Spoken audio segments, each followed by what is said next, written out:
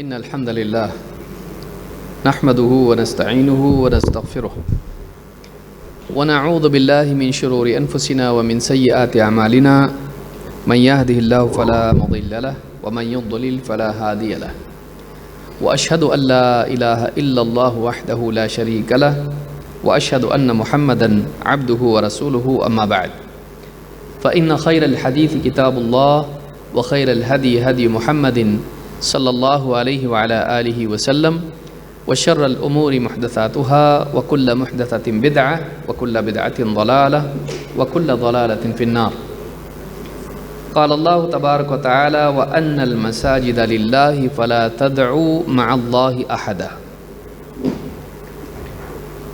میرے محترم دینی بھائیوں اور قابل احترام اور بہنوں، اللہ رب العالمین نے دنیا میں انسان کے رہنے کے لیے اسے گھر کی نعمت عطا فرمائی۔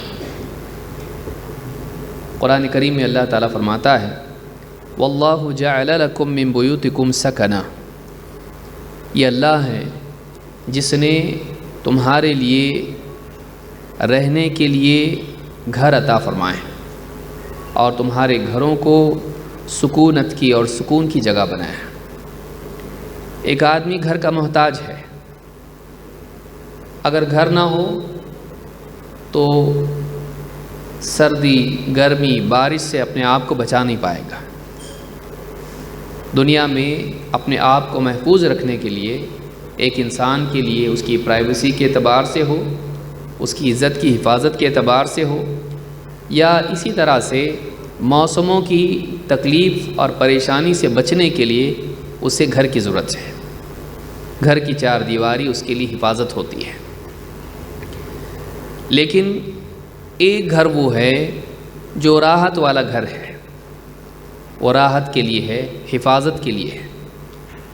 لیکن دوسرا ایک گھر ہے جو عبادت والا گھر ہے، اور اس میں حفاظت ہے لیکن انسان کے دین کی اور اس کے ایمان کی، اور وہ گھر مساجد ہے۔ مساجد وہ جگہ ہیں جہاں اللہ رب العالمین کی عبادت کی جاتی ہے، لوگ جمع ہو کر وہاں پر نماز پڑھتے ہیں، دین کو سیکھتے سکھاتے ہیں، وہاں پر خطبات ہوتے ہیں، وہاں پر اعتکاف ہوتا ہے، وہاں پر مختلف قسم کی عبادات ہوتی ہیں۔ تو ایک گھر تو وہ ہے جو انسان کے لیے دنیا میں راحت کا ذریعہ بنتا ہے، لیکن اس سے بڑھ کر گھر وہ ہے جس میں ایک انسان اپنے دین کی حفاظت کے لیے کوشش کرتا ہے، اپنی آخرت کی تیاری کرتا ہے۔ وہ گھر انسان کا نہیں ہے، وہ کسی کی پراپرٹی نہیں ہے، وہ گھر اللہ کا گھر ہے۔ مساجد کو اللہ تعالیٰ نے اپنا گھر قرار دیا ہے، اس اعتبار سے نہیں کہ اللہ تعالیٰ اس گھر میں رہتا ہو، نہیں، اللہ تعالیٰ عرش پر ہے، اور اللہ تعالیٰ دنیا میں کسی جگہ کا محتاج نہیں ہے۔ اللہ رب العالمین کے جو گھر ہیں وہ اللہ کی ملکیت ہیں، وہ اللہ کی پراپرٹی ہیں، اس کی نسبت اللہ سے جڑی ہوئی ہے۔ اللہ سے جڑنے کی وجہ سے ان کی عزت اور بڑھ جاتی ہے۔ جو بھی چیز اللہ تعالیٰ سے جڑ جاتی ہے اس کی قدر و قیمت بڑھ جاتی ہے۔ اسی لیے اللہ رب العالمین نے مساجد کی نسبت اللہ سے کی ہے، کہا وَأَنَّ الْمَسَاجِدَ لِلَّهِ فَلَا تَدْعُوا مَعَ اللَّهِ أَحَدًا، مسجدیں اللہ کی ہیں، وَأَنَّ الْمَسَاجِدَ لِلَّهِ فَلَا تَدْعُوا مَعَ اللَّهِ أَحَدًا، تو اللہ کے ساتھ تم کسی اور کو مت پکارو۔ معلوم یہ ہوا کہ ایک مسجدیں اللہ کی ہیں، کسی کی پراپرٹی نہیں، اور اسی کے ساتھ یہ معلوم ہوا کہ مسجدیں صرف اور صرف اللہ کی عبادت کی جگہ ہے، اس میں کسی اور کی عبادت نہیں ہوگی۔ تو کیا اس کا یہ مطلب ہے کہ باہر ہوگی؟ نہیں، باہر بھی نہیں ہوگی۔ جہاں بھی عبادت اللہ کی ہوتی ہے، چاہے وہ چار دیواری والی مسجد ہو یا زمین کا کوئی بھی حصہ ہو جہاں پر آدمی عبادت کرے، اللہ کے سوا کسی اور کو پکارنے کی اجازت نہیں ہے، خصوصاً وہ جگہیں جو عبادت کے لیے خاص ہوں۔ تو یہاں پر اللہ رب العالمین نے یہ بات بتائی کہ مسجد اللہ کی ہے۔ اس سے معلوم ہوتا ہے کہ مسجدوں کی نسبت اللہ سے جڑی ہے۔ دنیا میں آدمی کہتا ہے یہ میرا گھر ہے، یہ میری دکان ہے، لیکن مسجدیں وہ اللہ کی ہیں۔ جتنا بڑا انسان دنیا میں ہوتا ہے اس کے گھر کی اتنی بڑی ویلیو ہوتی ہے، لیکن مسجدیں اللہ کی ہیں۔ اس اعتبار سے مسجدوں کی عظمت اور بھی زیادہ ہے۔ دنیا کا بڑے سے بڑا محل ہو، دنیا کے بڑا سے بڑا گھر ہو، اور بڑی سے بڑی شخصیت کا اس کی پراپرٹی ہو، اس کی جگہ ہو، مسجد سے بڑھ کے وہ نہیں ہو سکتا ہے۔ کیوں؟ مسجد کی نسبت اللہ سے جڑی ہے۔ وَأَنَّ الْمَسَاجِدَ لِلَّهِ فَلَا تَدْعُوا مَعَ اللَّهِ أَحَدًا۔ آج کی گفتگو میں ہم مسجدوں کی عظمت اور مسجد کو آباد کرنے کی کیا فضیلت ہے اس کو دیکھیں گے۔ اسی کے ساتھ ساتھ ہم ایک اہم نقطہ اس میں دیکھیں گے کہ مسجد تعمیر کرنے کی کیا فضیلت ہے، اس کی کیا اہمیت ہے۔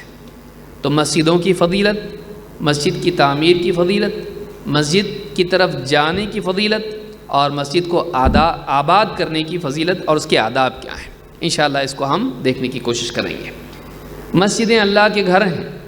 اب آپ نے قرآن کریم کی آیت میں سنا، ابن عباس رضی اللہ تعالیٰ عنہ فرماتے ہیں المساجد بیوت اللہ فی الارض، مسجدیں زمین میں اللہ کے گھر ہیں۔ تضیء لأہل السماء کما تضیء نجوم السماء لأہل الارض، آسمان والوں کے لیے مسجدیں اسی طرح سے چمکتی ہیں جس طرح سے زمین والوں کے لیے ستارے چمکتے ہیں۔ آسمان میں جو فرشتے ہیں انہیں مسجدیں اسی طرح سے چمکتی ہوئی نورانی دکھائی دیتی ہیں جیسے زمین والوں کو آسمان میں چمکتے ستارے دکھائی دیتے ہیں۔ امام الطبرانی نے اور اسی طرح سے امام البیہقی نے اس کو روایت کیا ہے شعب الایمان میں، اور اس کے رجال ثقات ہیں۔ تو اس سے معلوم ہوتا ہے کہ مسجدیں روشن ہیں آسمانوں کے لیے، جیسے ہمیں ستارے دکھائی دیتے ہیں ان کو مسجدیں دکھتی ہیں۔ یہ نور کہاں سے آتا ہے؟ یہ مسجدوں میں جو اعمال ہوتے ہیں اور مسجدوں کی جو عظمت ہے اس کی وجہ سے ان کو یہ نورانی دکھائی دیتی ہیں۔ کاش کہ مسلمان بھی مسجد کی عظمت کا احساس اپنے دل میں پیدا کرے۔ قرآن کریم میں اللہ تعالیٰ فرماتا ہے فی بیوت اذن اللہ ان ترفع ویذکر فیہا اسمہ یسبح لہ فیہا بالغدو والآصال۔ یہ سورہ نور کی آیت نمبر 36 ہے۔ اللہ تعالیٰ فرماتا ہے اللہ کی پاکی بیان کی جاتی ہے فی بیوت، ان گھروں میں، اذن اللہ ان ترفع، جن کے اونچا کرنے کا اللہ تعالیٰ نے حکم دیا ہے، ویذکر فیہا اسمہ، اور اس بات کا حکم دیا ہے کہ اس میں ان مسجدوں میں، ان جگہوں میں، ان گھروں میں اللہ کو یاد کیا جائے، اللہ کا نام لیا جائے۔ یسبح لہ فیہا بالغدو والآصال، ان گھروں میں اللہ کی تسبیح ہوتی ہے صبح شام۔ اللہ تعالیٰ نے ان گھروں کو تعمیر کرنے کا اور ان کی عظمت کو اونچا کرنے کا حکم دیا ہے جن میں اللہ کی پاکی بیان ہوتی ہے صبح شام، اور اللہ نے حکم دیا ہے کہ ان کی تعمیر کی جائے اور ان میں اللہ کا نام لیا جائے، اللہ کو یاد کیا جائے۔ اس آیت کی تفسیر میں امام مجاہد رحمہ اللہ فرماتے ہیں فی بیوت اذن اللہ ان ترفع قال مساجد تبنا، اللہ تعالیٰ نے ان گھروں کو اونچا کرنے کا حکم دیا ہے، کا کیا مطلب ہے؟ سجدے کی جگہ اس میں تعمیر کر کے کہتے ہیں مساجد تبنا، یعنی اللہ نے اس بات کا حکم دیا ہے کہ مسجدیں تعمیر کی جائیں، ایسے گھر بنائے جائیں کہ جن میں اللہ رب العالمین کی عبادت ہو۔ اسی طرح سے عبداللہ بن عباس رضی اللہ تعالیٰ عنہ فرماتے ہیں وہی المساجد تکرم ونہی عن اللغو فیہا، اس سے مراد وہ گھر کون سے ہیں جن میں اللہ کی پاکی بیان ہوتی ہے، جن کے اونچا کرنے کا اللہ نے حکم دیا ہے۔ کہتے ہیں کہ یہ مسجدیں ہیں، اور ان کے اونچا کرنے سے مراد یہ ہے کہ ان کی تعظیم کی جائے، ان کا اکرام کیا جائے، ان کے شرف کو تسلیم کیا جائے۔ وَنُهِيَ عَنِ اللَّغْوِ فِيهَا، اور ان مساجد میں لغو، بیہودہ چیزوں سے بچنے کا حکم دیا گیا ہے۔ ان مسجدوں کی شان کو اونچا کیا جائے۔ ایک تو زمین جہاں عبادت ہوتی ہے تعمیر کر کے اونچا کیا جائے، مسجد بنائی جائے۔ دوسرا یہ کہ نہ صرف عمارت کے اعتبار سے بلکہ عمل کے اعتبار سے، احترام کے اعتبار سے بھی مسجد کو اونچا مقام دیا جائے اپنے دل میں۔ مسجد کی تعظیم دل میں ہونی چاہیے۔ تو ان ترفع میں یہ بات ملتی ہے۔ امام ابن جریر الطبری نے یہ دونوں باتیں ذکر کی ہیں۔ شیخ عبد الرحمن ابن ناصر السعدی کہتے ہیں کہ عمارت المساجد علی قسمین، مسجد کی تعمیر دو اعتبار سے ہوتی ہے۔ عمارت بنیان و صیانت لہا، ایک اس اعتبار سے کہ مسجد کی بنیاد سے اس کو اٹھایا جائے اور اس کی تعمیر کی جائے اور اس کو پاک رکھا جائے۔ وعمارۃ بذکر اسم اللہ من الصلاۃ وغیرہا، اور دوسرا یہ ہے کہ مسجد کو تعمیر کرنے کے ساتھ ساتھ مسجد کو معمور کیا جائے، آباد کیا جائے، اللہ کا نام اس میں لیا جائے، یعنی اللہ کا تذکرہ ہو، چاہے وہ ذکر کے اعتبار سے ہو، تلاوت کے اعتبار سے ہو، تذکیر اور نصیحت کے اعتبار سے ہو، تعلیم و تربیت کے اعتبار سے ہو، خطبوں کے اعتبار سے ہو، اذان کے اعتبار سے ہو، یا ذاتی انفرادی عبادات کے اعتبار سے ہو۔ کہتے ہیں کہ بذکر اسم اللہ من الصلاۃ وغیرہا، نماز اور اس کے علاوہ جتنے بھی طریقے ہیں اللہ کو یاد کرنے کے، ان اعمال کے ذریعے سے مسجد کو معمور کیا جائے۔ تو ایک ہے مسجد کو تعمیر کرنا، دوسرے مسجد کو معمور کرنا۔ کہتے ہیں وَهَذَا أَشْرَفُ الْقِسْمَيْن، اور مسجدوں کو معمور کرنا، ان کو آباد کرنا، یہ تعمیر کرنے سے بھی بڑی چیز ہے، زیادہ شرف والی چیز ہے۔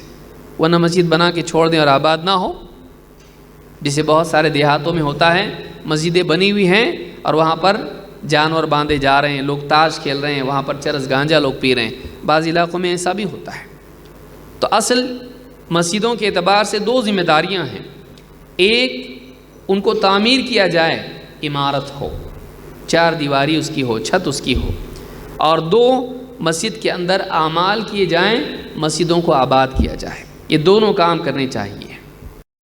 یہی بات اللہ کے نبی صلی اللہ علیہ وسلم نے بھی فرمائی۔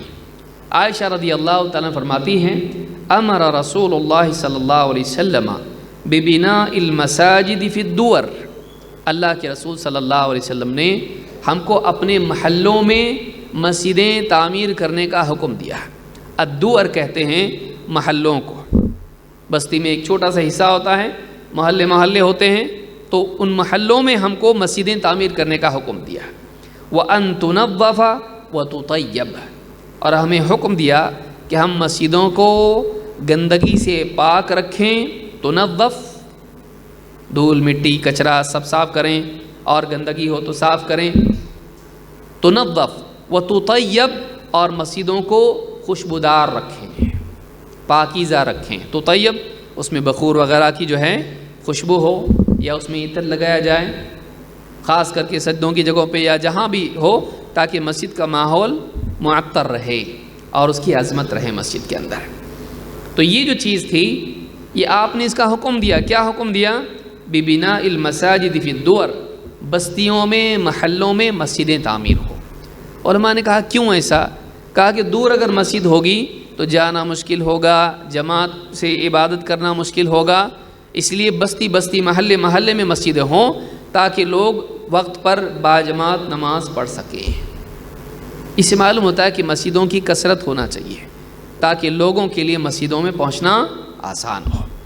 تو اس حدیث کو امام ابو داؤد، ترمذی اور ابن ماجہ نے روایت کیا ہے، اور سنن ابی داؤد حدیث نمبر 455 پر یہ روایت موجود ہے اور صحیح روایت ہے۔ مسجد تعمیر کرنے کی فضیلت کیا ہے؟ اللہ کے رسول صلی اللہ علیہ وسلم فرماتے ہیں من بنا مسجدا یبتغی بہ وجہ اللہ بن اللہ لہ مثلہ فی الجنہ، جو شخص مسجد تعمیر کرے اس میں اللہ تعالیٰ کی رضا مقصود ہو، بن اللہ لہ مثلہ فی الجنہ، اللہ تعالیٰ جنت میں اسی طرح کا گھر اس کے لیے تعمیر کرے گا۔ نمبر 1 مسجد بنائیں، نمبر 2 اللہ کی خاطر بنائیں تو کیا ہوگا؟ نمبر 3 اسی طرح کا گھر اللہ جنت میں اس کے لیے بنائے گا۔ اسی طرح سے مراد یہ نہیں کہ جیسے اس کی ڈیزائن ہے ویسی گھر ہوگا، نہیں۔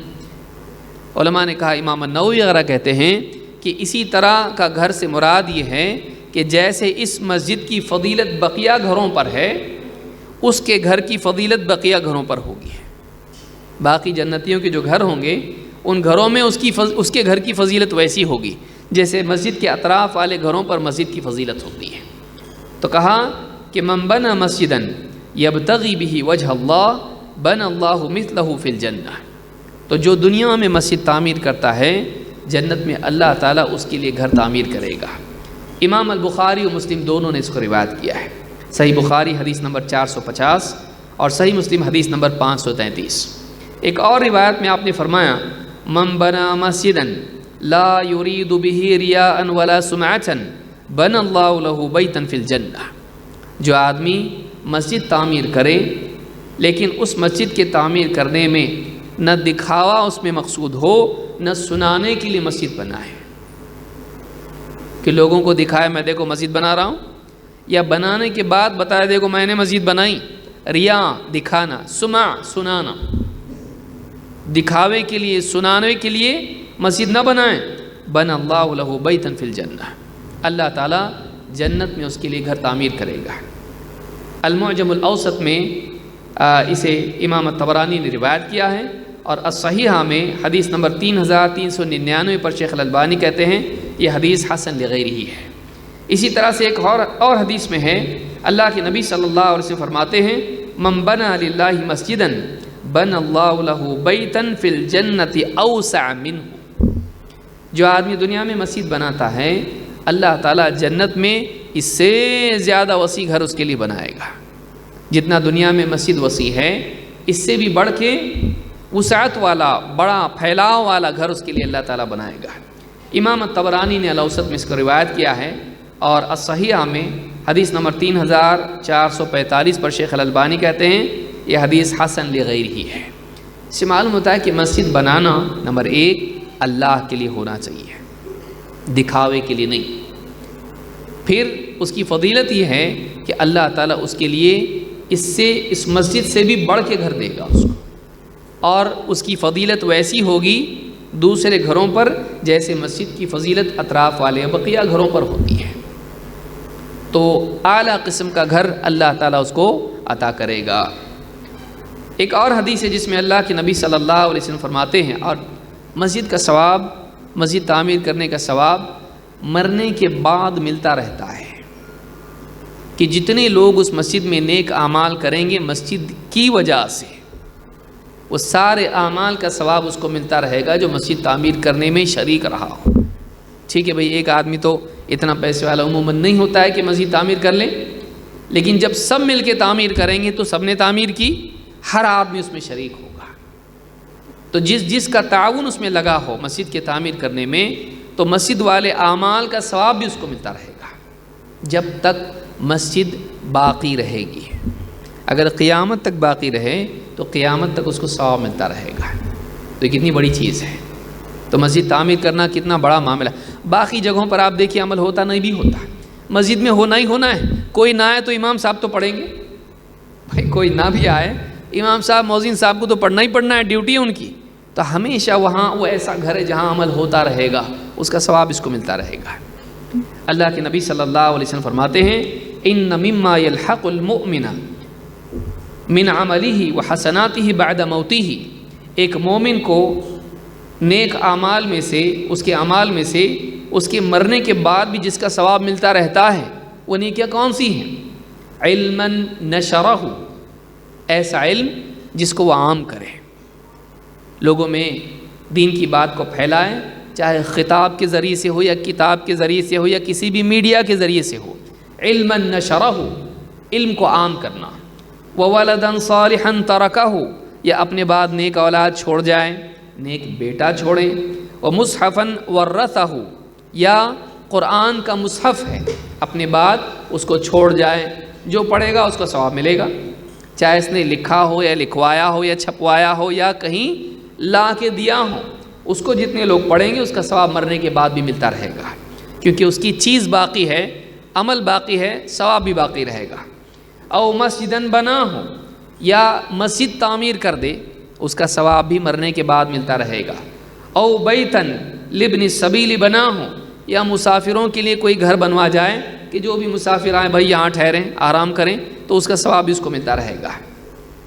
او نہرن اجراہ، یا کوئی نہر کھدوا دے تو جتنا پانی لوگوں کو ملتا رہے گا، سیرابی اور جو بھی انتفاع اس سے لوگ کریں گے، فائدہ اٹھائیں گے، سب ثواب اس کو ملتا رہے گا۔ او صدقۃ اخرجها من ماله فی صحته وحیاته لحقه من بعد موته، یا جو صدقہ وہ نکالے اپنے مال میں سے صحت کے حالات میں، صحت مندی کے حالات میں اور موت سے پہلے، تو مرنے کے بعد اس کا ثواب اس کو ضرور ملے گا۔ ان تمام اعمال میں آپ دیکھیں ایک چیز مسجد کی تعمیر بھی ہے، کہ اگر کوئی آدمی مسجد کی تعمیر کرتا ہے خود، یا پھر مسجد کی تعمیر میں کسی طرح کا تعاون کرتا ہے، جب تک مسجد رہے گی اس کو اس کا ثواب ملتا رہے گا۔ اس حدیث کو امام ابن ماجہ نے روایت کیا ہے، اور صحیح الجامع الصغیر حدیث نمبر 2231 پر شیخ الالبانی کہتے ہیں کہ حدیث صحیح ہے، حسن درجے کی ہے۔ یہی وجہ ہے کہ اللہ کے نبی صلی اللہ علیہ وسلم جب مکہ سے ہجرت کر کے مدینہ گئے تو آپ نے وہاں پر سب سے پہلے مسجد تعمیر کی۔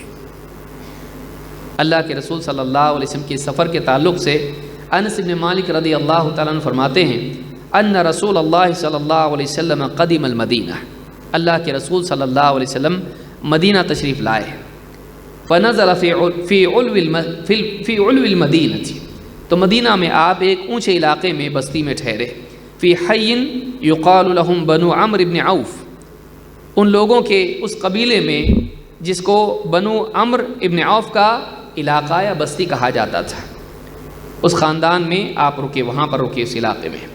فاقام فیہم 14 لیلۃ، آپ 14 دن تک، 14 راتوں تک وہاں پر ٹھہرے رہے، آپ نے قیام کیا آدھا مہینہ۔ ثم انہ ارسل الی ملأ بنی النجار، پھر آپ نے بنی نجار کے سرداروں کے پاس آدمی بھیجا، آپ ملنا چاہتے ہیں ان سے۔ فجاءوا متقلدین بسیوفہم، وہ اپنے کندھے پر تلواریں لٹکائے ہوئے سب لوگ آ گئے۔ کہتے ہیں فَكَأَنِّي أَنظُرُ إِلَى رَسُولِ اللَّهِ صلی اللہ علیہ وسلم عَلَى رَاحِلَتِهِ وَأَبُو بَكْرٍ رِدْفُهُ وَمَلَأُ بَنِي النَّجَّارِ حَوْلَهُ حَتَّى أَلْقَى بِفِنَاءِ أَبِي أَيُّوبَ، کہتے ہیں کہ گویا کہ ابھی وہ منظر میری آنکھوں کے سامنے ہے، اللہ کے نبی صلی اللہ علیہ وسلم اپنی اونٹنی پر سوار تھے، اور آپ کے پیچھے ابو بکر صدیق رضی اللہ تعالیٰ عنہ بھی سوار تھے، اور بنی نجار کے سارے جو لوگ تھے، سردار تھے، آپ کے اطراف میں کھڑے ہوئے تھے، بات کر رہے تھے۔ حتی القا بفناء ابی ایوب، یہاں تک کہ آپ نے ابو ایوب انصاری رضی اللہ تعالیٰ عنہ کے یعنی صحن میں اپنی اونٹنی کو بٹھا دیا۔ قال فکان رسول اللہ صلی اللہ علیہ وسلم یصلی حیث ادرکتہ الصلاۃ، اس سے پہلے اللہ کے نبی صلی اللہ علیہ وسلم کا ہمیشہ سے معمول یہ تھا کہ جہاں بھی آپ کو نماز کا وقت آ جاتا آپ وہیں نماز پڑھ لیتے ہیں۔ وَيُصَلِّ فِي مَرَابِضِ الْغَنَمِ، اور آپ بکریوں کے باڑے میں بھی نماز پڑھ لیا کرتے تھے۔ ثُمَّ إِنَّهُ أَمَرَ بِالْمَسْجِدِ، اور بعض علماء نے کہا ثُمَّ إِنَّهُ أُمِرَ بِالْمَسْجِدِ، پھر آپ کو اللہ کی طرف سے مسجد کی تعمیر کا حکم دیا گیا، یا آپ نے حکم دیا۔ فَأَرْسَلَ إِلَى مَلَأِ بَنِي النَّجَّارِ فَجَاءُوا، لہٰذا آپ نے بنو نجار کے سرداروں کو بلا بھیجا اور وہ آئے۔ فقال یا بنی النجار ثامنونی بحائطکم ھذا، کہا ہے بنی نجار یہ جو باغ ہے مجھے بیچ دو، ثامنونی مجھے بیچ دو۔ قالوا لا واللہ لا نطلب ثمنہ الا الی اللہ، کہ اللہ کے رسول ہم نہیں لیں گے پیسے آپ سے، ہم اس کی قیمت لیں گے نہیں، ہم اللہ سے اس کا بدلہ چاہتے ہیں، اس کا بدلہ یہ باغ آپ کے لیے ہے، آپ مانگے ہم دے دیے، آپ نے مانگا ہم نے دے دیا، اور اس کا بدلہ ہم کس سے چاہتے ہیں؟ پیسوں کی صورت میں نہیں چاہیے ہم کو، اجر و ثواب چاہیے اور اللہ سے چاہیے، آخرت میں چاہیے۔ واللہ لا نطلب ثمنہ الا الی اللہ۔ قال انس، حضرت انس کہتے ہیں وکان فیہ ما اقول کان فیہ نخل وقبور المشرکین وخرب، یا وخرب، دونوں طرح سے علماء نے اس کو پڑھا ہے۔ کہتے ہیں کہ یعنی وہ جو جگہ تھی اس کے بارے میں میں جو کہہ سکتا ہوں وہ یہی بات ہے کہ اس میں کھجور کے پیڑ تھے اور مشرکین کی قبور تھیں اور کھنڈر جیسا تھا۔ فَأَمَرَ رسول اللہ صلی اللہ علیہ وسلم نخلی فقطع، آپ نے حکم دیا تو کھجور کے پیڑ کاٹ دیے گئے۔ وَبِقُبُورِ الْمُشْرِكِينَ فَنُبِشَتْ، اور جو قبریں وہاں پر تھیں ان کو وہاں سے ہٹایا گیا۔ وبالخرب فسویت، اور جو یعنی کھنڈر ونڈر تھا اس کو صاف کر دیا گیا، پتھر وہاں سے ہٹا دیے گئے سارے۔ قال فصف النخل قبلة، تو وہ جو پیڑ تھے ان کو کاٹا گیا، ان کی لکڑی کو قبلے کی سمت میں رکھا گیا۔ وجعلوا عضادتیہ حجارة، اور وہ جو پتھر تھے تو اس سے دروازے کی چوکھٹ اس طرح سے انٹری کے لیے بنایا گیا، اس میں اس کو استعمال کیا گیا۔ فَكَانُوا يَرْتَجِزُونَ وَرَسُولُ اللَّهِ صلی اللہ علیہ وسلم مَعَهُ، اور یہ سارا جو محنت تھی اس میں صحابہ بھی کام کر رہے تھے، اللہ کے رسول صلی اللہ علیہ وسلم بھی ان کے ساتھ کام کر رہے تھے، مسجد کی تعمیر میں سب لوگ محنت کر رہے تھے۔ اور اس وقت میں تھوڑا سا محنت کے وقت میں عام طور سے ہمیشہ سے لوگوں کا طریقہ رہا ہے، گاؤں دیہات میں آج بھی ہے کہ وہ اشعار پڑھتے ہیں کچھ، تاکہ محنت جو ہے مشقت وہ ہلکی ہو جائے۔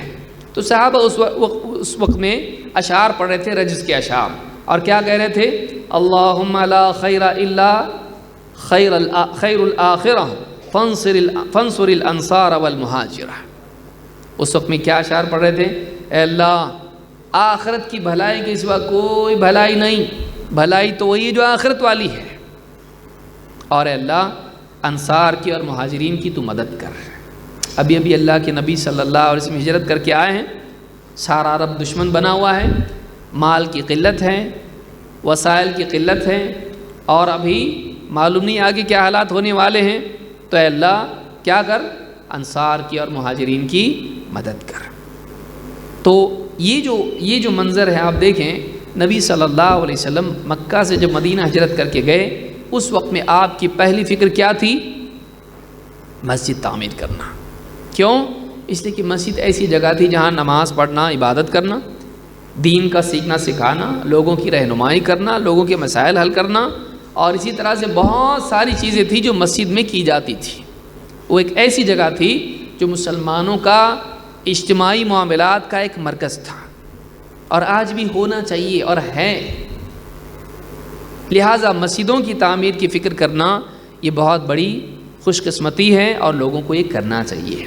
جو حدیث میں نے ذکر کی، اس کو امام البخاری نے مناقب الانصار میں ذکر کیا ہے، حدیث نمبر 3932، اور امام مسلم نے المساجد و مواضع الصلاح میں حدیث نمبر 524، اور الفاظ مسلم کے ہیں۔ تو اس حدیث سے بات معلوم ہوتی ہے کہ نبی صلی اللہ علیہ وسلم بھی خود مسجد کی تعمیر میں شریک تھے، صحابہ کے ساتھ آپ بھی محنت میں لگے ہوئے تھے۔ آئیے دیکھتے ہیں مسجدوں کے تعلق سے مسلمان کا مزاج کیا ہونا چاہیے۔ مسلمان کو مسجد سے خاص محبت ہونی، اپنے گھر سے محبت سبھی کو ہوتی ہے، اسی لیے تو مزین کرتا ہے اور کیواڑ بند کرتا ہے، حفاظت کرتا ہے، باہر گیا تو لاک مار کے جاتا ہے۔ ہاں، کچھ پریشانی نہیں ہونا چاہیے، چوری نہیں ہونا چاہیے، نقصان نہیں ہونا چاہیے، اور برابر اس کا مینٹیننس کرتا رہتا ہے، کیونکہ یہ میرا گھر ہے۔ اپنے گھر سے اس کو ایک لگاؤ ہوتا ہے، سفر میں جاتا ہے، لوٹ کے کہاں آتا ہے؟ اپنے گھر کو دل نہیں لگتا ہے، گھر کی یاد آتی ہے، گھر سے آدمی کا ایک لگاؤ ہوتا ہے۔ مومن کا لگاؤ صرف اپنے گھر سے نہیں ہوتا ہے، اپنے گھر سے زیادہ اللہ کے گھر سے ہوتا ہے۔ کیوں؟ اس لیے کہ یہاں راحت ہے، وہاں عبادت ہے، یہ دنیا کا فائدہ و آخرت کے لیے تیاری ہے، لہٰذا مومن کا دل مسجد سے جڑا رہتا ہے۔ اس کے تعلق سے ایک خاص فضیلت ہے کہ ایک مومن کا دل جب مسجد سے ایک دم جڑا رہے تو اس کی فضیلت کیا ہے۔ آئیے دیکھتے ہیں۔ اللہ کے نبی صلی اللہ علیہ وسلم فرماتے ہیں، سبعۃ یظلھم اللہ فی ظلہ یوم لا ظل الا ظلہ، 7 لوگ ہیں کہ قیامت کے دن اللہ تعالیٰ انہیں اپنے سائے میں جگہ دے گا، اس دن جس دن اللہ کے سائے کے سوا کوئی سایہ نہیں ہوگا، یعنی اللہ جس کو سایہ عطا کریں اسی کو سایہ ملے گا۔ بعض روایتوں میں کہ عرش کا سایہ ہوگا، تو اس کے سوا کوئی سایہ کسی کو ملنے والا نہیں۔ 7 لوگ ہیں، 7 لوگ ہیں، وہ کون ہیں؟ دیکھیے ہمارا نمبر کہیں لگتا ہے کیا؟ 7 میں سے کوئی ایک چیز بھی ہمارے اندر آ جائے تو قیامت کے دن انشاءاللہ اللہ چاہے تو اور قبولیت ہو تو یہ چیزیں ہم کو نصیب ہو سکتی ہے۔ کون ہے؟ نمبر 1 الامام العادل، لوگوں کے درمیان عدل و انصاف کرنے والا حاکم، خلیفہ، امام۔ وشاب نشأ فی عبادت ربہ، اور وہ نوجوان جس کی جوانی اللہ کی عبادت میں پروان چڑھی ہو، جس نے اپنی جوانی کا حصہ اللہ کی عبادت میں گزارا ہو، فضولیات میں نہیں، واٹس ایپ پہ چیٹنگ کر کے، لڑکیوں کو چھیڑ خانی کر کے، اور گوگل اور یوٹیوب اور ناچ گانے اور پب اور ڈسکو اور یہ ساری خرافات میں، اور گاڑیوں کو بھگانے میں ٹرپل سیٹ، یہ نہیں، چرس گانجا اور شراب اور ناچ ڈسکو میوزک۔ وہ نوجوان جس کی جوانی کہ صبح شام اللہ کی عبادت میں بسر ہوئے، اس نے اللہ کی عبادت کو چھوڑا نہیں، اس کی زندگی میں بندگی تھی، کیونکہ جوانی کی عمر میں اکثر سرکشی اپنے عروج پر ہوتی ہے اور شیطان کے لیے بہت آسانی ہوتی ہے، ذرا سا دھکا دیا گر جاتا ہے، اتنا آسان ہوتا ہے اس کو کہیں بھی لے جانا، کھینچنا نہیں پڑتا شیطان کو، خالی بلانا پڑتا جاتا ہی۔ تو جوانی کی عمر کہا کہ وہ شاب نشأ فی عبادت ربہ، اور وہ نوجوان جس کی جوانی اللہ کی عبادت میں بندگی میں پروان چڑھی ہو۔ ورجل قلبہ معلق فی المساجد، اور وہ آدمی جس کا دل مسجد میں اٹکا رہتا ہے، مسجد سے جڑا رہتا ہے، اس کے دل میں ہر وقت کیا فکر ہوتی ہے؟ مسجد جانا ہے، مسجد سے اس کا دل لگا رہتا ہے، اس کو سکون مسجد ہی میں ملتا ہے، مسجد کو جانے جی کرتا ہے، مسجد میں اعمال کے اہتمام کا شوق اس کے دل میں ہے، مسجد سے محبت ہے، مسجد کا احترام دل میں ہے، مسجد سے دل جڑا ہوا ہے۔ وَرَجُلٌ قَلْبُهُ مُعَلَّقٌ فِي الْمَسَاجِدِ، مسلم کے الفاظ ہیں اِذَا خَرَجَ مِنْهُ حَتَّى يَعُودَ إِلَيْهِ، مسجد سے نکلتا ہے تو جب تک مسجد میں واپس نہیں لوٹتا اس کا دل مسجد ہی سے جڑا رہتا ہے، اس کا دل مسجد کی طرف جانے میں لپکتا ہے۔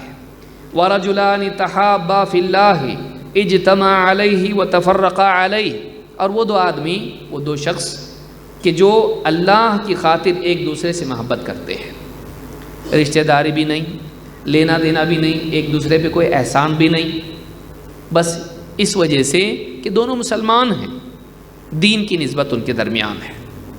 تو رجلان تحابا فی اللہ اجتمعا علیہ وتفرقا علیہ، ملتے ہیں تو محبت کے ساتھ اور جدا ہوتے ہیں تو اللہ والی محبت پر ہے، اور کوئی غرض نہیں، اللہ کے لیے ملتے ہیں، اللہ کے لیے جب جدا ہوتے ہیں تو اللہ کی محبت پر جدا ہوتے ہیں۔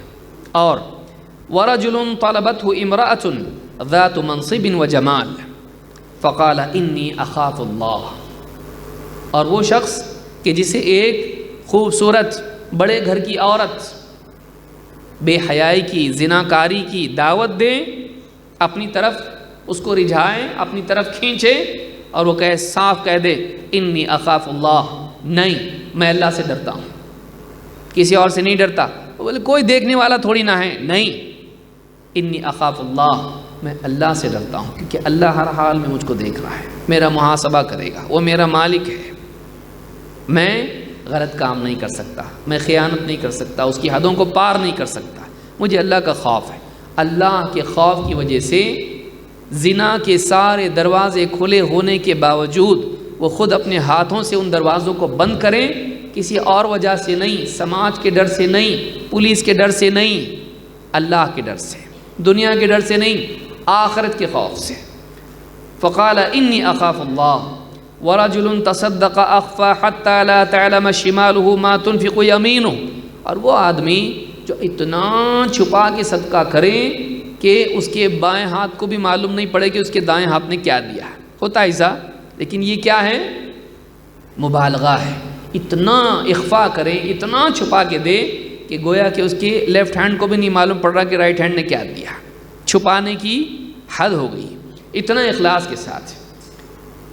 وَرَجُلٌ ذَكَرَ اللَّهَ خَالِيًا فَفَاضَتْ عَيْنَاهُ، اور آخر میں وہ آدمی ہے، وہ شخص ہے کہ تنہائی میں اللہ کو یاد کرے اور اس کی آنکھیں اشک بار ہو جائیں، اکیلے میں اللہ کو یاد کر کے اس کی آنکھوں سے آنسو نکل پڑے، اللہ کے خوف سے، اللہ کی محبت سے، اللہ کے احسانات کو یاد کر کے، اپنی کوتاہی کو یاد کر کے، اللہ کے عذاب کے ڈر سے، آخرت کے احوال کو یاد کر کے، اللہ رب العالمین کی خوف و محبت میں، شوق میں وہ رونے لگے، اس کی آنکھوں سے آنسو نکلنے لگے۔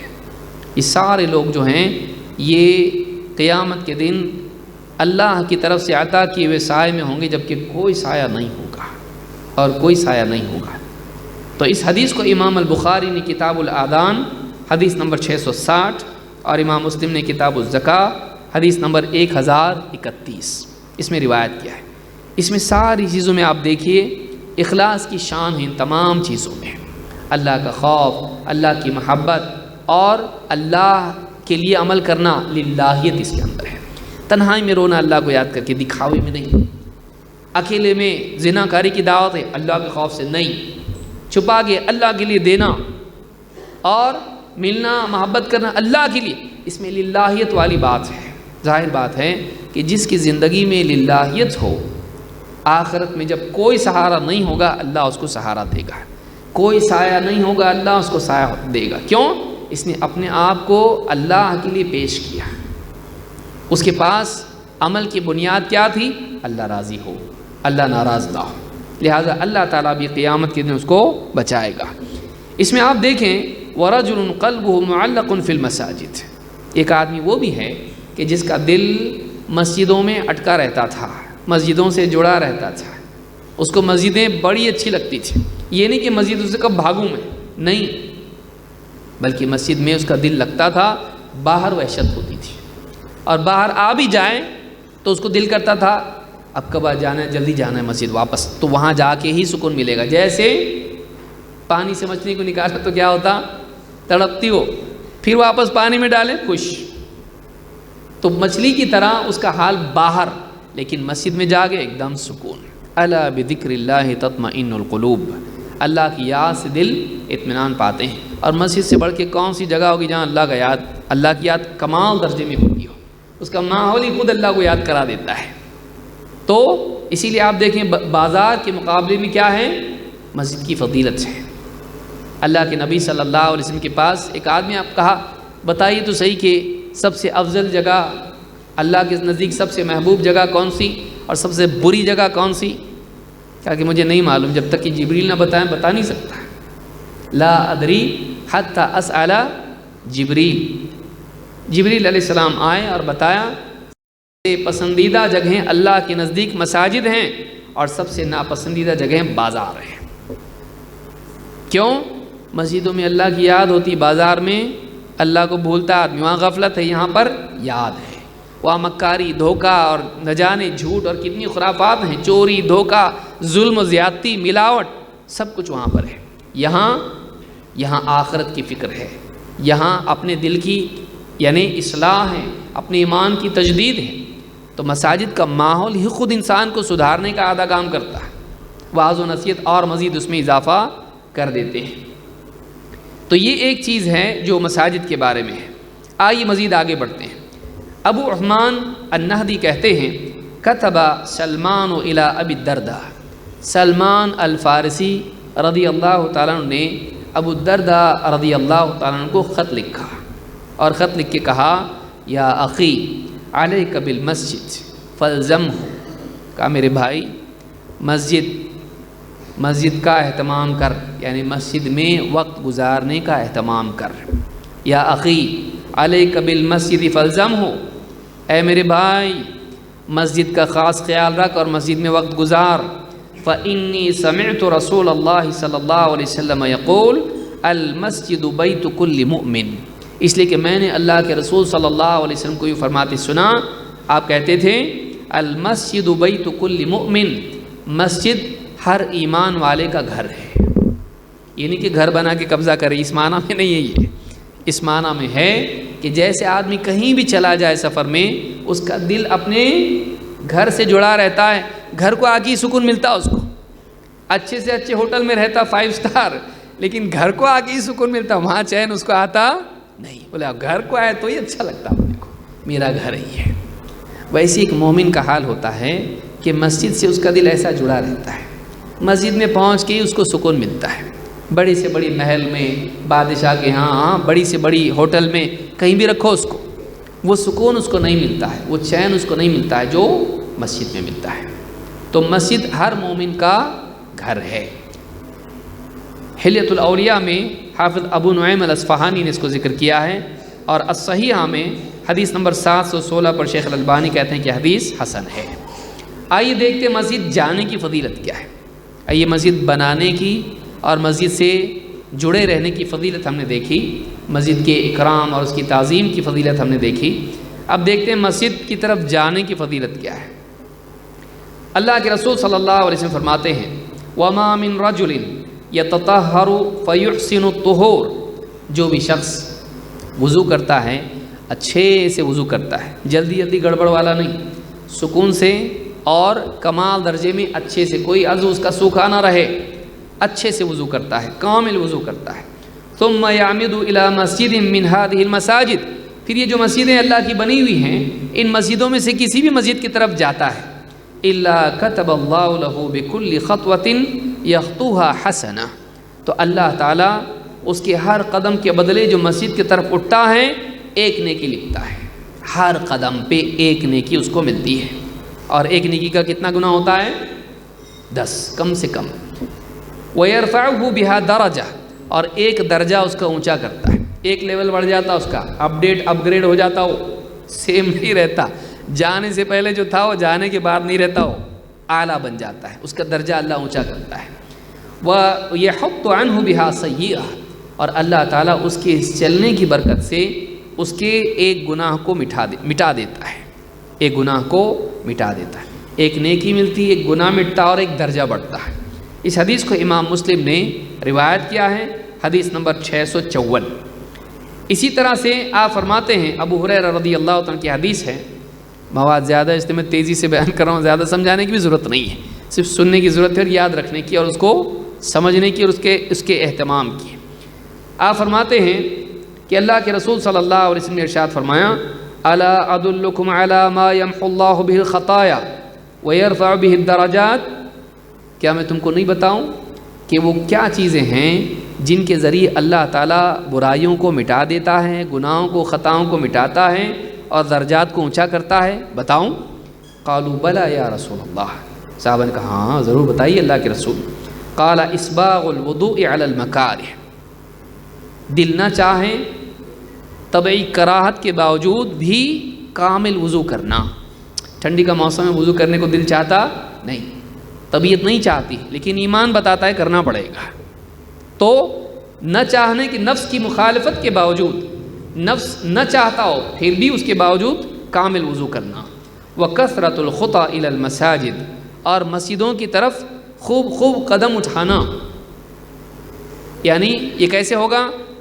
مسجد دور ہے لیکن پھر بھی چل کے جاتا اور مسجد کو بار بار جاتا، اس سے کیا ہوگا؟ مسجد کے قدم، مسجد کی طرف چلنے والے قدم بڑھیں گے۔ وکثرۃ الخطی الی المساجد وانتظار الصلاۃ بعد الصلاۃ، اور ایک نماز کے بعد اگلی نماز کے انتظار میں رہنا۔ ایک نماز ہوئی تو اب اگلی نماز، اس کی تیاری میں رہو، اس کا خیال دل سے چمٹا رہے، ایک نماز کے بعد دوسری نماز کا انتظار کرنا۔ فذالکم الرباط فذالکم الرباط فذالکم الرباط، آپ نے کہا یہ رباط ہے، یہ رباط ہے، یہ رباط ہے۔ رباط کس کو کہتے ہیں؟ اسلامی سرحدوں پر مسلمانوں کے دین و ایمان کی حفاظت کے لیے رکھوالی اور اس کے لیے بالکل پوسٹ پر قائم رہنا، حفاظت کے لیے یعنی بالکل مسلسل نگرانی کرتے رہنا۔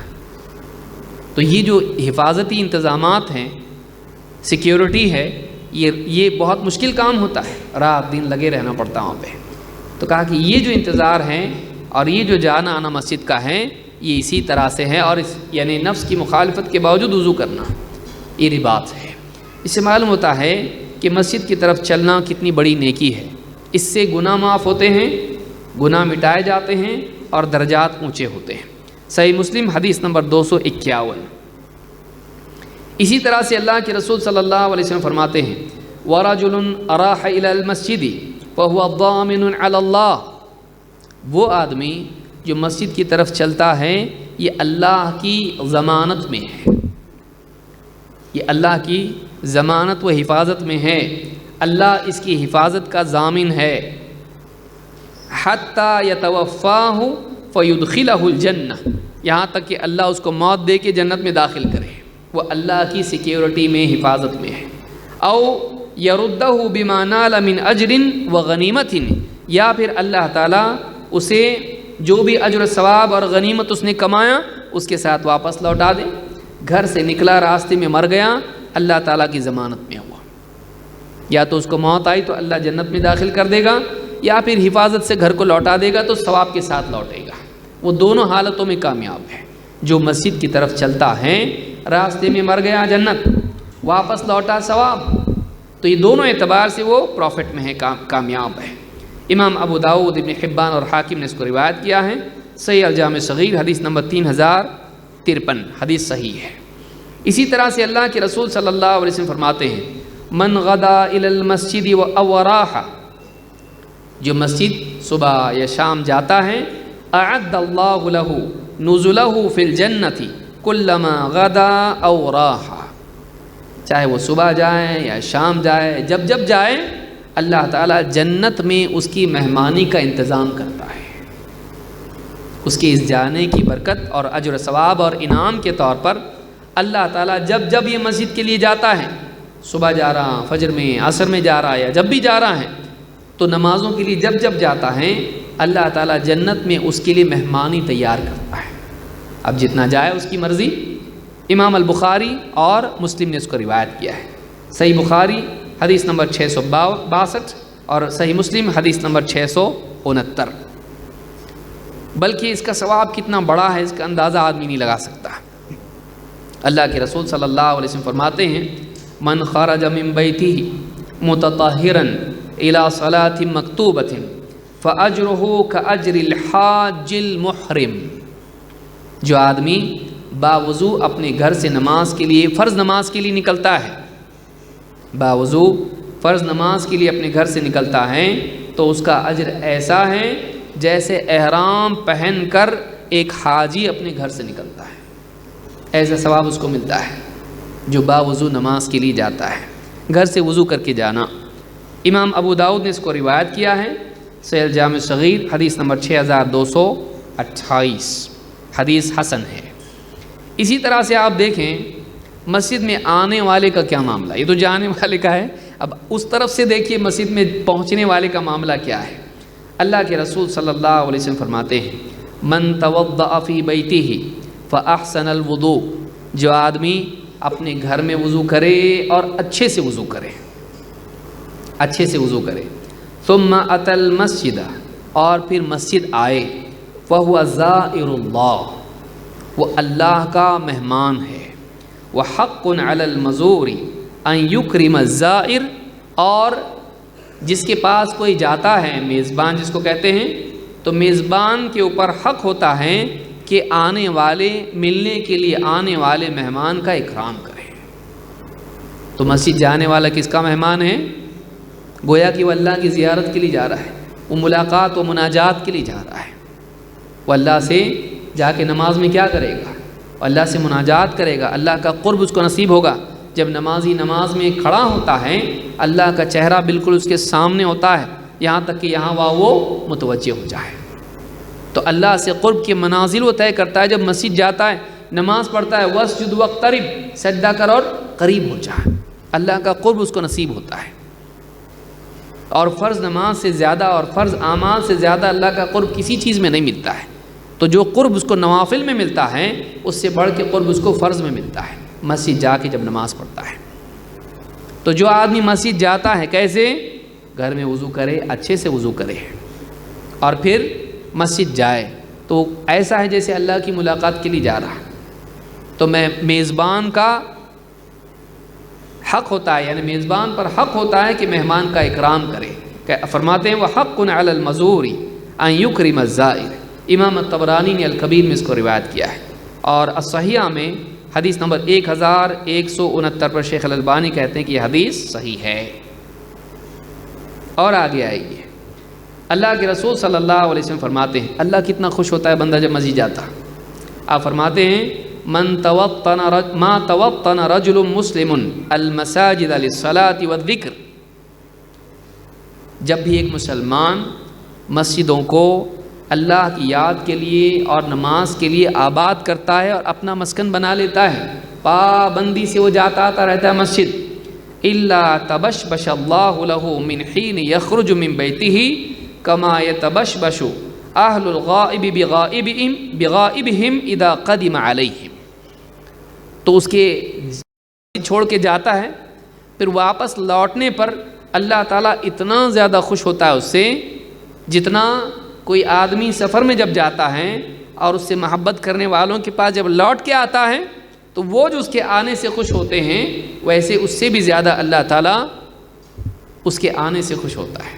جب ایک بندہ جو مسجدوں والا ہوتا ہے، مسجد کا عادی ہوتا ہے، مسجد میں وقت گزارتا ہے، تھوڑی دیر کے لیے اپنے کام کاج کے لیے، آرام کے لیے گھر جاتا، دکان جاتا، پھر واپس مسجد کو آتا، تو جا کے جب واپس لوٹتا ہے تو جیسے ہم لوگ اپنا کوئی محبوب ہو سفر میں چلا گیا اور پھر واپس آیا، ہم کو خوشی ہوتی ہے، اللہ تعالیٰ کو اس سے زیادہ خوشی ہوتی ہے جب ایک بندہ مسجد والا بندہ، مسجد سے جڑا ہوا بندہ، مسجد میں کا اہتمام کرنے والا بندہ، چاہے وہ عبادت کے لیے ہو، ذکر کے لیے ہو، تلاوت کے لیے ہو، درس کے لیے ہو، نماز کے لیے ہو، جب وہ جاتا ہے مسجد سے باہر، واپس لوٹنے پر اللہ تعالیٰ خوش ہوتا ہے اس کے آنے سے۔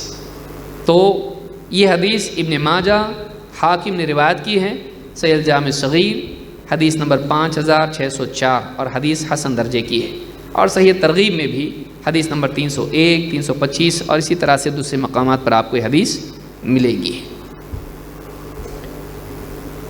اسی طرح سے اندھیروں میں مسجد جانے کی فضیلت کیا ہے، جیسے فجر ہے یا اسی طرح سے عشاء ہے، ان اوقات میں مسجد جانا کیسا ہے؟ اللہ کے رسول صلی اللہ علیہ وسلم فرماتے ہیں، بشر المشائین فی الظلم الی المساجد بالنور التام یوم القیامہ۔ اندھیروں میں مسجد کی طرف جانے والوں کو بار بار، مشائن بار بار جانے والے، اندھیروں میں مسجدوں کی طرف جانے والوں کو جو بار بار مسجد کی طرف جاتے ہیں، انہیں قیامت کے دن ایک کامل نور کی خوشخبری ابھی سے سنا دو، ابھی سے ان کو سناؤ کہ قیامت کے دن اللہ تعالیٰ ان کو ایک کامل نور دے گا۔ اندھیرے میں چل کے وہ مسجد کو گئے، اپنے ایمان کی روشنی میں، ایمان کا نور اندر تھا، اسی لیے وہ مسجد میں اندھیروں میں چل کے مسجد گئے عبادت کے لیے۔ قیامت کے دن جب انہیں پل صراط پر نور کی ضرورت ہوگی تو اس وقت میں اللہ رب العالمین انہیں نور عطا کرے گا اس ایمان کی وجہ سے، منافقین کو نہیں ملے گا، اور اسی وجہ سے منافقین کو آپ دیکھیے، ان کے لیے بہت مشکل ہے فجر اور عشاء، ان کے لیے بہت مشکل ہے، لیکن ایمان والوں کے لیے آسان ہے، ان کا ایمان ہے جس کی وجہ سے وہ آتے، تو دنیا میں اس نور کی وجہ سے وہ آئے، قیامت کے دن انہیں اللہ اس کے بدلے میں نور عطا فرمائے گا۔ امام ابو داؤد اور امام ترمذی اور اسی طرح سے امام ابن ماجہ اور حاکم نے اس کو روایت کیا ہے، صحیح الجامع صغیر حدیث نمبر 3823 حدیث صحیح ہے۔ اسی طرح سے آپ دیکھیں مسجدیں آباد کرنا، مسجد میں اعمال کرنا، اس کی کیا فضیلت ہے۔ یہ نہیں کہ خالی مسجدیں بنا کے رکھ دیں اور آباد نہیں کر رہے ہیں، ہاں عالی شان مسجد سعودی عرب سے پیسہ لیا، بنا لی، ادھر اس کے بازو ادھر، اس کے بازو ادھر، بس، اور کھا گئے بچا ہوا پیسہ، نہیں، اور عبادات نہیں، اعمال اس میں کچھ بھی نہیں۔ مسجد تعمیر کرنے کے بعد اس سے بڑھ کر کام یہ ہے کہ مسجد کو معمور کیا جائے، اس میں اعمال کیے جائیں۔ اللہ کے نبی صلی اللہ علیہ وسلم فرماتے ہیں، من اشراط الساعۃ ان یتباہ الناس فی المساجد، قیامت کی علامات میں سے ایک علامت یہ بھی ہے کہ لوگ مسجد کے معاملے میں ایک دوسرے پر فخر جتائیں گے، ہماری مسجد تمہارے سے بھاری ہے، ہماری مسجد تمہارے سے اونچی ہے، ہماری مسجد تمہارے سے خوبصورت ہے، ہمارے اے سی تمہارے یہاں نہیں ہے، ہمارے پاس قالین ہے تمہارے پاس نہیں۔ تو مسجدوں کے معاملے میں ایک دوسرے پر کیا کریں گے؟ فخر جتائیں گے، مسجدیں بنا بنا کے، یہ قیامت کی علامات میں سے ہوگا۔ امام النسائی نے اس کو روایت کیا ہے، صحیح الجامع صغیر حدیث نمبر 5895 حدیث صحیح ہے۔ حضرت انس رضی اللہ تعالیٰ فرماتے ہیں، یتباہون بہا ثم لا یعمرونہا الا قلیلا۔ امام البخاری نے تعلیقاً اس کو روایت کیا ہے کہ انس بن مالک رضی اللہ تعالیٰ کہتے ہیں، یتباہون بہا، وہ ایک دوسرے پر فخر تو کریں گے مسجد بنا بنا کے، ثم لا یعمرونہا الا قلیلا، لیکن مسجد آباد کرنا نہیں کے برابر ان کی زندگی میں ہوگا، مسجدوں کا آباد کرنا ان کی زندگی میں نہیں ہوگا، کبھی کبھار آئیں گے بس، اور کچھ اعمال کریں گے، لیکن مسجدیں آباد نہیں کریں گے، مسجد تعمیر تو کریں گے لیکن آباد نہیں کریں گے۔ تو یہ قیامت کی علامات میں سے ہوگا۔ اور مسجدیں آباد کرنے کے تعلق سے اللہ کے نبی صلی اللہ علیہ وسلم اور صحابہ کا معاملہ کیا، قرآن کریم میں آپ دیکھیے اللہ تعالیٰ نے ان لوگوں کے بارے میں جو مسجدوں کو آباد کرتے ہیں ایمان کی گواہی دی ہے۔ آخری بات کہہ کے میں اپنی بات کو ختم کر رہا ہوں۔ اللہ تعالیٰ فرماتا ہے انما یعمر مساجد اللہ من آمن باللہ والیوم الآخر واقام الصلاۃ وآتى الزکاۃ ولم یخش الا اللہ فعسى اولئک ان یکونوا من المہتدین۔ سورہ توبہ آیت نمبر 18۔ اللہ تعالیٰ فرماتا ہے انما یعمر مساجد اللہ، اللہ کی مسجدوں کو تو وہ لوگ آباد کرتے ہیں من آمن باللہ والیوم الآخر، اللہ کی مسجدوں کو وہ شخص آباد کرتا ہے جو اللہ پر اور آخرت کے دن پر ایمان رکھتا ہے، وَأَقَامَ الصَّلَاةَ وَآتَى الزَّكَاةَ اور نماز قائم کرتا ہے اور زکوٰۃ دیتا ہے، وَلَمْ يَخْشَ إِلَّا اللَّهُ اور اللہ کے سوا کسی سے ڈرتا نہیں، اللہ کے سوا کسی سے نہیں ڈرتا، فَعَسَىٰ أُولَٰئِكَ أَن يَكُونُوا مِنَ الْمُهْتَدِينَ یہی وہ لوگ ہیں کہ جن کے بارے میں امید کی جا سکتی ہے کہ اللہ کی رہنمائی پانے کے لائق ہیں، یہ لوگ ہدایت پر ہیں۔ کون لوگ؟ جو اللہ کے گھروں کو آباد کرتے ہیں اور جو اللہ پر آخرت کے دن پر ایمان رکھتے ہیں، نماز قائم کرتے ہیں، زکوٰۃ دیتے ہیں، اللہ کے سوا کسی سے ڈرتے نہیں۔ لیکن اللہ نے فرمایا کہ اللہ کی مسجدوں کو کون آباد کرتا ہے؟ ایمان لانے والے۔ تو کوئی آدمی اگر اللہ کے گھر کو آباد کرنے والا ہے، مسجد کو آباد کرتا ہے، یہ اس بات کی علامت ہے کہ اس کے پاس ایمان ہے، ایمان کی خوشخبری اس کے لیے دی گئی۔ اسی لیے ابن کثیر رحمۃ اللہ علیہ فرماتے ہیں فَشَهِدَ تَعَالَى بِالْإِيمَانِ لِعُمَّارِ الْمَسَاجِدِ اللہ تعالیٰ نے مسجدیں آباد کرنے والوں کے ایمان کی گواہی خود دی ہے کہ جو لوگ مسجدیں آباد کرتے ہیں ان کے پاس ایمان ہے، اللہ پر آخرت پر ایمان رکھتے ہیں وہ لوگ۔ ابن کثیر نے اپنی تفسیر میں اس کو ذکر کیا ہے۔ تو اللہ رب العالمین سے دعا ہے کہ ہم سب کو مسجد کی قدر و قیمت جاننے والا بنائیں، مسجد تعمیر کرنے والا اور اس میں تعاون کرنے والا بنائیں، مسجد جانے والا بنائیں، مسجد کو آباد کرنے والا بنائیں اور مسجدوں سے اپنے قلوب کو جوڑے رکھنے والا بنائیں۔ اقول ھذا واستغفر اللہ لی ولکم۔